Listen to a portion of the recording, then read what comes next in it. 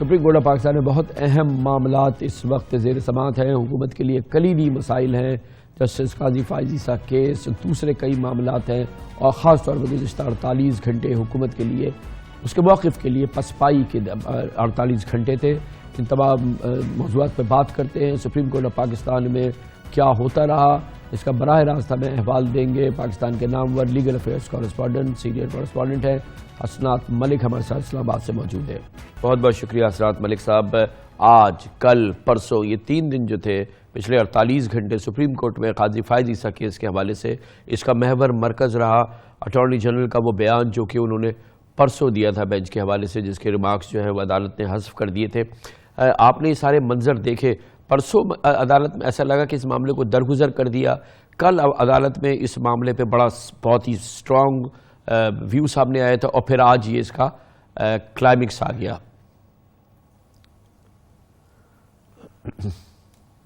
جی شکریہ کامران صاحب.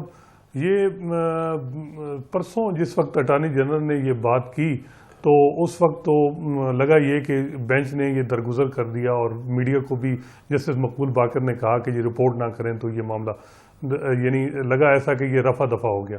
لیکن اس کے بعد بار میں جو وکلاء تھے، اور اس کے علاوہ پھر طریقے سے خبریں بھی سوشل میڈیا پہ بھی آ گئیں کہ جی ناقابل اشاعت کوئی اٹارنی جنرل نے ایسی سٹیٹمنٹ دی، اور کچھ ایک سیکشن جو ہے وکلاء میں وہ یہ کہہ رہا تھا کہ جوڈیشری کو اس پہ ایکشن لینا چاہیے.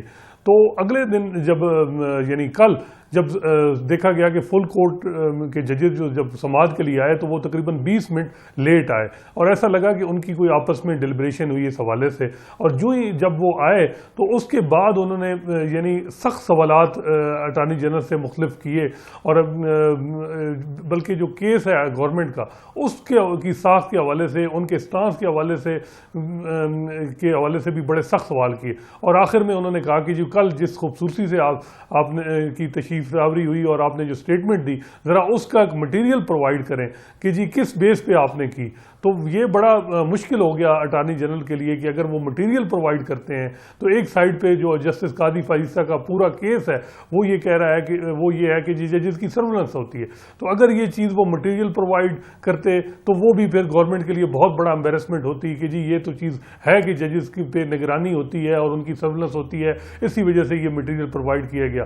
تو یہ صورتحال بڑی مشکل تھی گورنمنٹ کے لیے. تو صبح سویرے ان کو میرا خیال ہے کہ پرائم منسٹر کی طرف سے آگاہ کیا گیا کہ جی آپ بہتر ہے ریزائن کر دیں. تو انہوں نے ریزائن کر دیا. بہت بہت شکریہ حسنات ملک ہمارے ساتھ موجود تھے. اس کے ساتھ